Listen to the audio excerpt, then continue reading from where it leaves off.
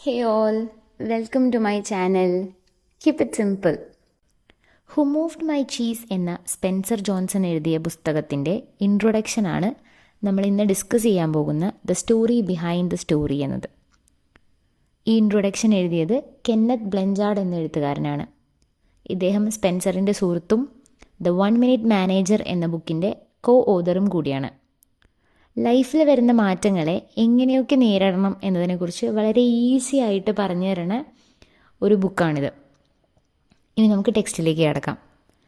The 1 minute manager എന്ന book എഴുതുന്നതിന് മുൻപേ തന്നെ സ്പെൻസർ ഈ ചീസ് സ്റ്റോറി ബ്ലഞ്ചാർഡുമായിട്ട് ഡിസ്കസ് ചെയ്തിട്ടുണ്ടായിരുന്നു.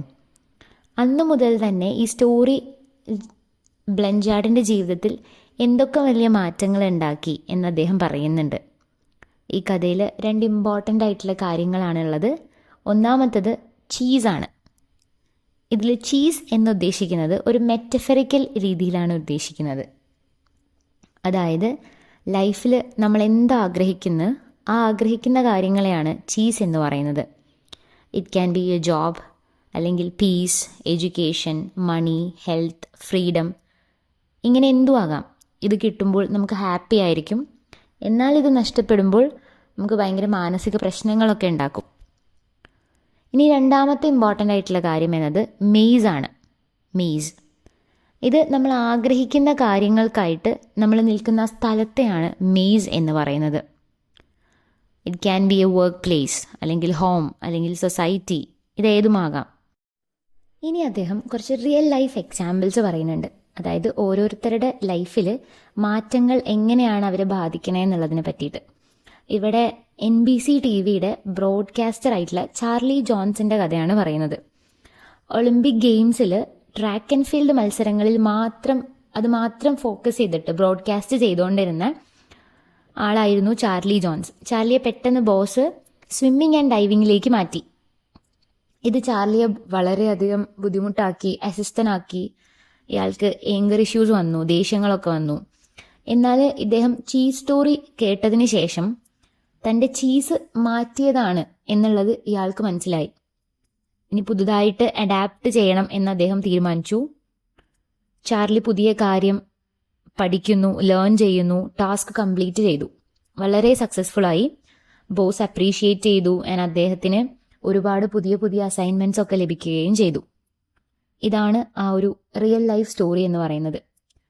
ഇനി ബ്ലഞ്ചാർഡ് തൻ്റെ കമ്പനിയിലെ 200-ലധികം സ്റ്റാഫിന് ഈ ഒരു പുസ്തകം അദ്ദേഹം നൽകിയിട്ടുണ്ട്.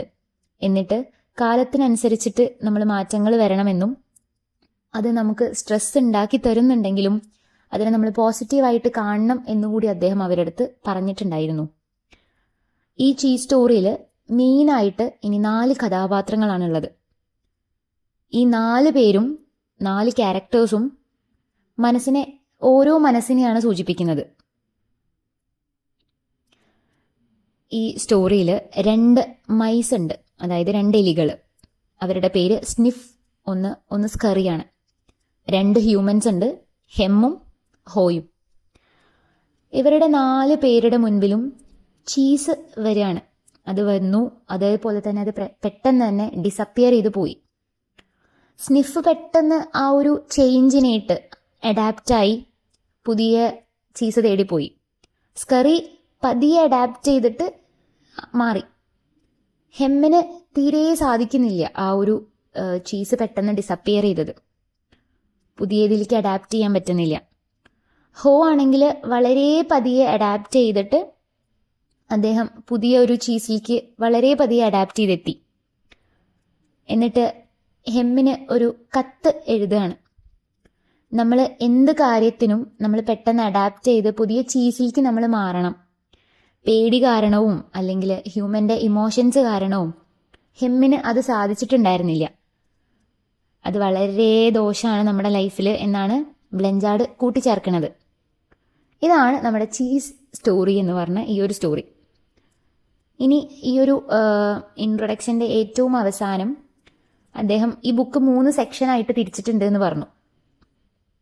അതിലൊന്നാണ് ഗ്യാതറിങ്. ആദ്യത്തെ സെക്ഷൻ ഗ്യാതറിങ് ആണ്. ഗ്യാതറിങ്ങിൽ ഒരു ക്ലാസ് റീയൂണിയനിൽ എല്ലാവരും വന്ന് മാറ്റങ്ങളെക്കുറിച്ച് സംസാരിക്കുകയാണ് ചെയ്യണത്. രണ്ടാമത്തെ സെക്ഷൻ ഈ ഒരു ചീസിൻ്റെ സ്റ്റോറിയാണ്.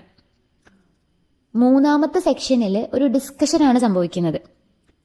ഈ കഥ കേട്ട ശേഷം ഫ്രണ്ട്സ് എങ്ങനെയാണ് ഈ കഥയിൽ നിന്നും ലൈഫിൽ എന്തൊക്കെ യൂസ് ചെയ്യാം എന്നുള്ളത് ചർച്ച ചെയ്യുകയാണ്. മാറ്റങ്ങളോടൊപ്പം നമ്മൾ സഞ്ചരിക്കണം. That means move with the cheese എന്നാണ് ഈ ഒരു കഥയുടെ അല്ലെങ്കിൽ ഈ ഒരു ടെക്സ്റ്റിൻ്റെ മെസ്സേജ് എന്ന് പറഞ്ഞിട്ടാണ് ഈ ഒരു ഇൻട്രൊഡക്ഷൻ പാർട്ട് നമ്മുടെ കെന്നത്ത് ബ്ലഞ്ചാർഡ് അവസാനിപ്പിക്കുന്നത്. Hope you guys enjoyed it. See you again.